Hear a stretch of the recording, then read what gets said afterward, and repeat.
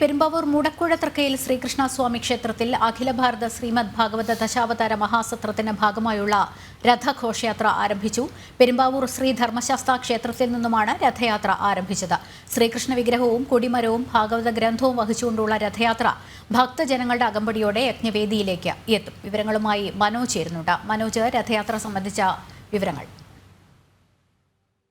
ലക്ഷ്മി, ഇപ്പോൾ രഥയാത്ര ക്ഷേത്രത്തിലേക്ക് എത്തിയിരിക്കുകയാണ്. ക്ഷേത്രത്തിൽ യജ്ഞവേദിയിലേക്കാണ് ഇപ്പോൾ 1008 കൃഷ്ണ വിഗ്രഹവും ഏന്തിക്കൊണ്ടുള്ള ഈ അമ്മമാരും ബാലികമാരും അവരുടെയൊക്കെ അകമ്പടിയോടുകൂടി ഈ രഥം എത്തിയിട്ടുള്ളത്. ഇത് തന്നെ നീണ്ട ഒരു കാലത്തെ കാത്തിരിപ്പ് തന്നെയാണ് ഇത്തരത്തിലൊരു യജ്ഞം ഈ ക്ഷേത്രത്തിൽ നടക്കുന്നത്. അഖില ഭാരത ശ്രീമദ് ഭാഗവത ദശാവതാര മഹാസത്രം ആണ് ഇവിടെ നടക്കുന്നത്. അതൊക്കെ തന്നെ ക്ഷേത്രം തന്ത്രി ബ്രഹ്മശ്രീ ശരണനല്ലൂർ പടിഞ്ഞാറേമന പത്മനാഭൻ നമ്പൂതിരിപ്പാടിന്റെയും സത്രാചാര്യൻ ബ്രഹ്മശ്രീ മൂർക്കുന്നൻ ശ്രീഹരി നമ്പൂതിരിപ്പാടിന്റെയും കാർമ്മികത്വത്തിലാണ് ഈ യജ്ഞം നടക്കുക. നമ്മൾ ദൃശ്യങ്ങളിലൊക്കെ കണ്ടതുപോലെ തന്നെ ആയിരക്കണക്കിന് അമ്മമാരാണ് കൃഷ്ണന്റെ വിഗ്രഹവും ഏന്തിക്കൊണ്ട് ഈ യജ്ഞശാലയിലേക്ക് കടന്നു വരുന്നത്. പെരുമ്പാവൂർ ശ്രീധർമ്മ ശാസ്ത്ര ക്ഷേത്രത്തിൽ നിന്നും ആരംഭിച്ച ഈ ഒരു രഥയാത്രയാണ്. കൊടിമരവും ഈ ഭാഗവതവും കൃഷ്ണ വിഗ്രഹവും ഒക്കെ വഹിച്ചുകൊണ്ടുള്ള രഥയാത്രയാണ് ഇപ്പോൾ ക്ഷേത്രത്തിലേക്ക് എത്തിയിട്ടുള്ളത്. ഇവിടേക്ക് കൃഷ്ണനാമം ഉരുവിട്ടുകൊണ്ട് അമ്മമാരും അതുപോലെ തന്നെ ബാലികമാരും ഒക്കെ ഈ യജ്ഞത്തിൽ പങ്കെടുക്കുവാൻ, അതായത് യജ്ഞത്തിന് ആരംഭം കുറിക്കുവാൻ അതിന്റെ രഥയാത്രയിൽ അണിചേർന്നു.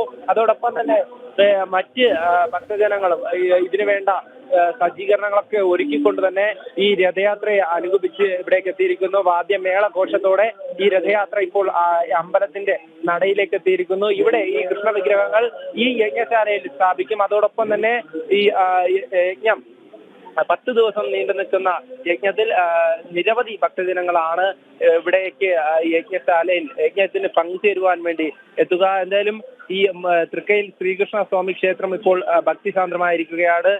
നിരവധി ഭക്തജനങ്ങളുടെ അകമ്പോടിയോടുകൂടി ഈ രഥയാത്ര ഇവിടേക്ക് വർണ്ണശബളമായി തന്നെ ഇവിടേക്ക് എത്തിയിരിക്കുകയാണ്.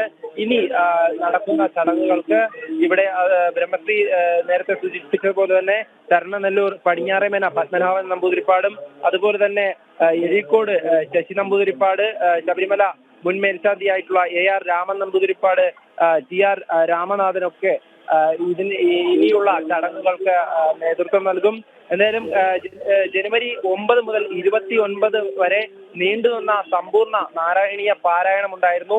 അതിനുശേഷമാണ് ഇത്തരത്തിൽ യജ്ഞത്തിന്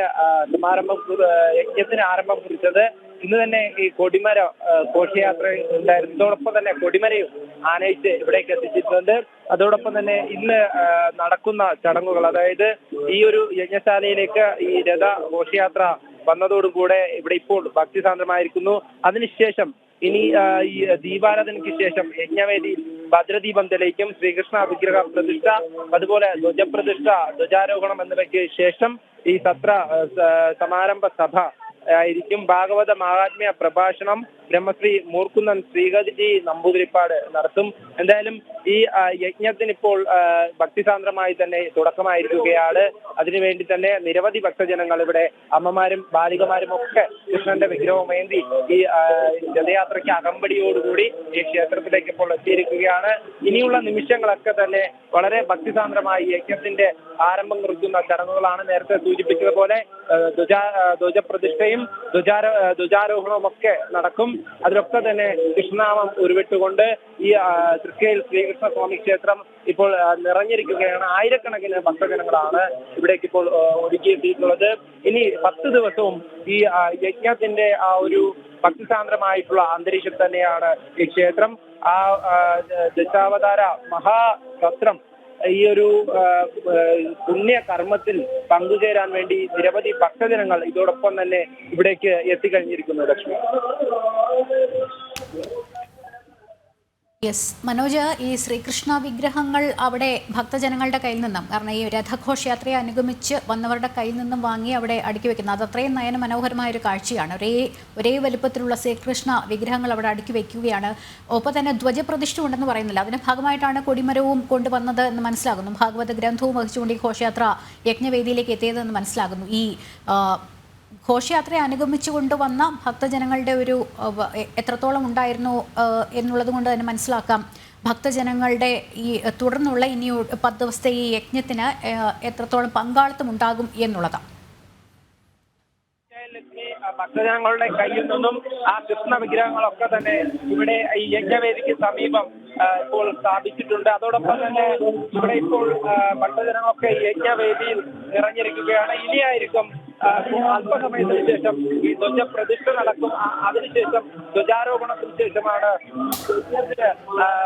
തുടക്കം കുറിക്കുക. അതിന്റെ യജ്ഞത്തിന്റെ ഭദ്രദീപം ഇവിടെ തെളിയിക്കും. നേരത്തെ സൂചിപ്പിച്ചതുപോലെ ശബരിമല മുൻ മേൽശാന്തിമാരുൾപ്പെടെ ഈ യജ്ഞത്തിന്റെ ആരംഭത്തിന് സാക്ഷ്യം വഹിക്കും, അതിന് നേതൃത്വം നൽകും. ഈ ഭക്തിസാന്ദ്രമായിട്ടുള്ള അന്തരീക്ഷത്തിൽ ഇവരൊക്കെ തന്നെ വലിയ ഒരു ജനപങ്കാളിത്തം തന്നെയാണുള്ളത്. ഈ ക്ഷേത്രം തന്ത്രി ബ്രഹ്മശ്രീ ശരണനല്ലൂർ പടിഞ്ഞാറമന പത്മനാഭൻ നമ്പൂതിരിപ്പാടും അതുപോലെ ബ്രഹ്മശ്രീ മൂർഖുന്നം ശ്രീഹരി നമ്പൂതിരിപ്പാടിന്റെയും കാർമ്മികത്വത്തിലായിരിക്കും ഈ ഒരു യജ്ഞത്തിന് ആരംഭം കുറിക്കുക. ഒരു അഖില ഭാരത ശ്രീമദ് ഭാഗവത ദശാവതാര മഹാസത്രത്തിന് ആരംഭം കുറിക്കുക. അതിനുവേണ്ടി തന്നെ വാദ്യമേള ഘോഷത്തോട് കൂടിയിട്ടുള്ള ഈ രഥയാത്ര ഇപ്പോൾ ക്ഷേത്രത്തിൽ യജ്ഞവേദിയിലേക്ക് എത്തിച്ചേർന്നിരിക്കുകയാണ്. ഭക്തിസാന്ദ്രമായ ചടങ്ങുകൾക്ക് തുടക്കമാകും.